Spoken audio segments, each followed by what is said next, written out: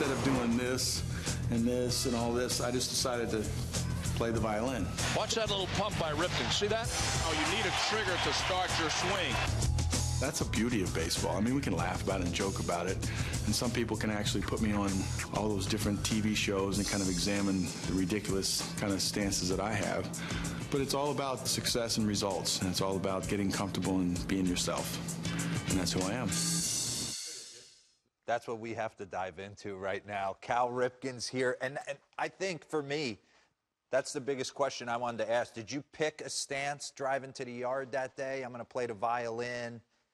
What I'm searching for? No. Take me through you showing up to the yard and, like, your preparation offensively to get ready for a game. It's a result of how you're feeling at the time. Like, if you feel there's certain problems every hitter has to learn about themselves so you can correct. So sometimes I would charge out there too soon, okay? And then it would cause you to open up, or you'd fly your front shoulder trying to hit the ball too far.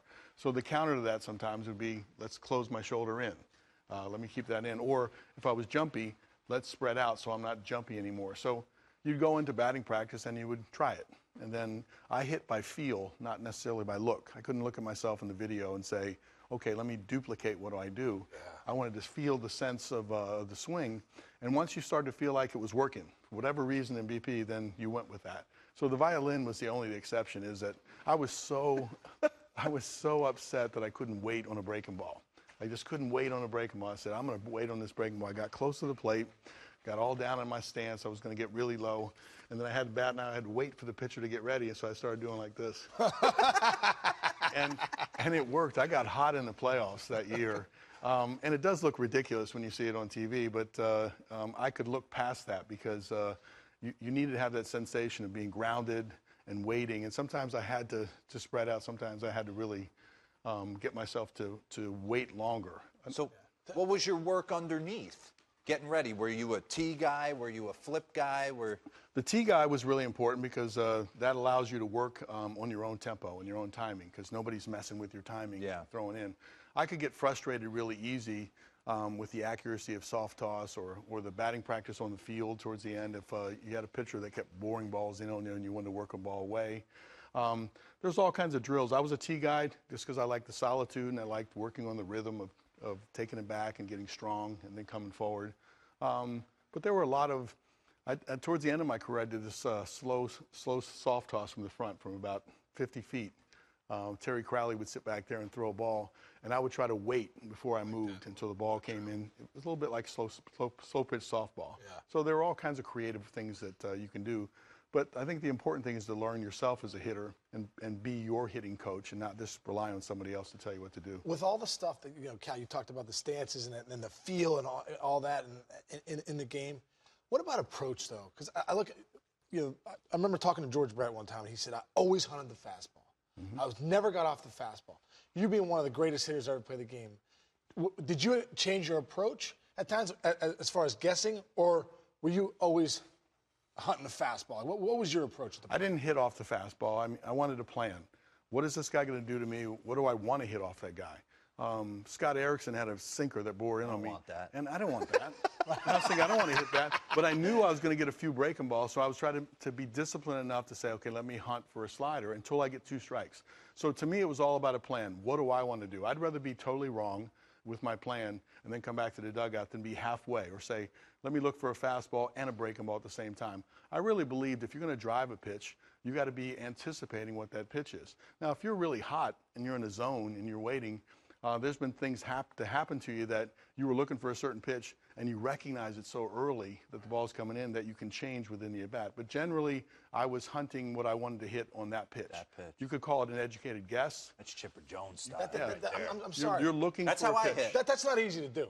No. I know you had success with it, and you talk about Chipper Jones. That's not easy. Skybox to that's him not going easy deep, to do. Capalbo. We got some good skybox. There we go. Oh, this is the skybox. Eye black right here. So this was early in my career, it looks like to me. A little closed, straight up in the air. You see what I was hunting right here. Ooh. Middle cut. Gets the ball right down the middle. That's how Chipper Jones was. Right. He would sit. He wasn't a lot of in the cage, hitting off the tee. He kind of went through his craft a little bit, but mentally, he devised a game plan, and that's who I kind of followed around the clubhouse. That was it for me, like hunt a pitch, that particular pitch. Well, we live in a world now where analytics are pushed down everybody, and so you have to decipher what you want to take and what you don't. The simple thing is, what did he do to me last time? What did that team like to do to me? How do they pitch me in certain situations? And what's the adjustment they make hit bat to bat? I used to love a pitcher I didn't know, and you go up there and you hunt his fastball right away, and you hit a line drive on the first fastball you see, and you get a base hit to left field.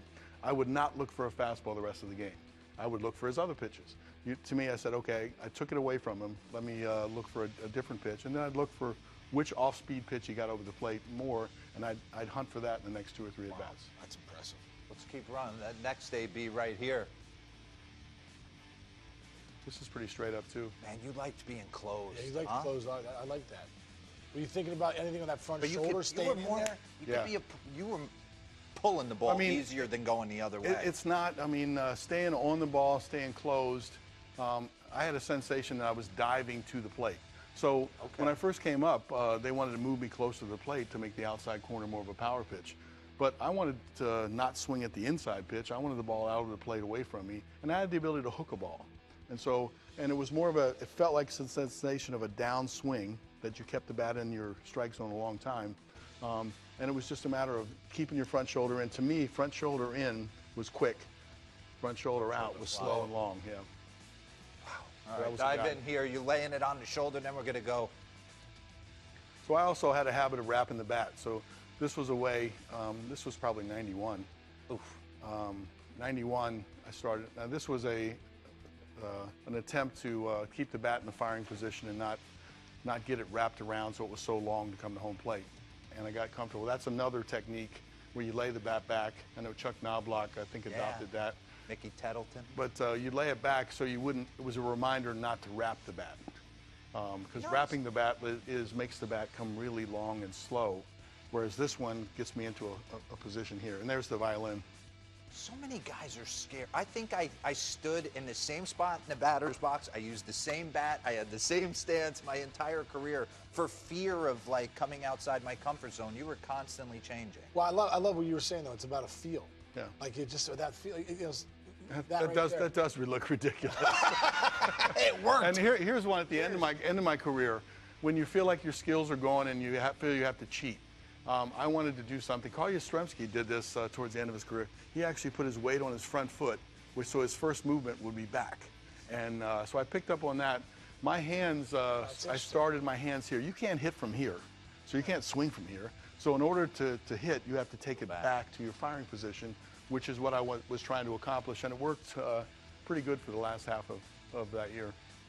Well, I'll tell you what, I was at that All-Star game in 2001 in Seattle. That was a joke. No, seriously.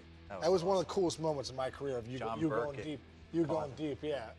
But that was off Chan-Ho Park, right? Chan-Ho Park. John Burkett caught the ball. John Burkett caught the ball. But now, I love it when everyone was like, oh, Chan-Ho, Cal knew it was coming. He was just going to throw him a heater right down the middle. And so he throws a 95-mile-an-hour heater down the middle of the plate in the shadows. So you could say, okay, in the home run derby, we see it all the time. Let me groove you a pitch, and they're not hitting home runs on every pitch. Right. So it's tough batting practice. I think Piazza was the catcher, I think, if I remember right. Yeah. And I looked at him, I go, God, this is worse than I thought. Maybe setting him up that he's going to throw me a fastball on the first pitch. And I looked for the first thing I could hit and got enough. That had to be one of the coolest moments. I mean, you have had some cool moments, but that had to be one of the coolest. Well, at that time, I'd been to so many All-Star games, and I wanted to get back to an All-Star game. Yeah. And I wanted to end it that way. And so I put on a little push, got voted in. But then when you get there, you don't want to just play. You want to do well. And so I was really happy that I was able to contribute and help us win that game. Cool. I want to also talk to you because, like, for me, I mean, you were my guy. You and Don Mattingly. I mean, the reason I played short and threw from down here, and you always stuck the guy right in the chest, the first baseman. We see so many shifts deployed nowadays in today's game, but I always felt, I don't know if you had the quickest foot speed left to right, but you were always in the right position. What were some of your tricks of the trade? Were you kind of looking back at the scoreboard and shifting like 2 or 3 steps over? No, it's learning the hitters, learning the pitchers, learning the matchups against those guys, and remembering. and then it becomes a matter of counts. So you generally play a guy, is he a pull hitter, 0-0, and then if he falls behind in the count, does he become more of an opposite field hitter? So 2-0, 3-1 pitches, you look at the pitch, the location, and you kind of determine before it happens where the ball is going to go. And then I had the good ability to anticipate. Because I didn't have all the same quickness as Ozzie Smith could stay in one spot and cover a tremendous amount of room to left and right. But to me, I had to anticipate. And that first step quickness was the most important. That was a tough play right there. Look at that. That was Dave Winfield. He had a missile in Toronto. And I had to reach out and catch that ball. And I learned how to throw from my knee, which was pretty accurate. But the anticipation, first step quickness, if you're a bigger guy playing shortstop, I think you really need to be efficient working on your first step. Like you cross over really quickly and cross over. And I used to practice that in batting practice. You stand out in the field. During batting practice, you try to get in your ready position. And then when the ball goes to the right field, you try to be as quick as you can either way. And so the efficiency of my footwork and anticipation allowed me to stay at that position. I think you obviously impacted my life in a huge way, but one thing I wanted to ask about, West Palm Beach, my first spring training with the Atlanta Braves, you come over and play a game. The game ends, I was in minor league camp, but I just wanted to get a glimpse of you. I go in the cage, I hit, I work out, I shower, I'm walking to my car, and you're still signing autographs. I mean, hour and a half, 2 hours every game, boxes of baseballs. How did you do it? I was working on all-star votes at that time. There was a time I always thought I was a little introverted, and there's a time that you want to try to bring the experience, especially in spring training. Spring training is different than the regular season. You're more relaxed. You're ready. The fans are closer to you, and so if you had extra time, I would try to do that and try to give back to the fans. And over the years, it was pretty meaningful. And so even to this day, people come in and say, I used to love coming to spring training, got a chance to be close, got a chance to be right down there on the field. So that was my way of saying thank you for all the support that they gave me. What an honor. If you want to get back at Billy, if you want to just rip one right here, I think it's a real don't hit it though, Cal. It's a real baseball. Honestly, what an honor to have you come thank in. you. I appreciate it so much. Lauren? Yeah. Wow. Young kids watching I'll this. keep asking him questions. We'll stay out here with Cal for the next 6 hours if we can. Young kids watching this, major leaguers watching that. What a treat. Cal, thanks so much for your time. You're welcome.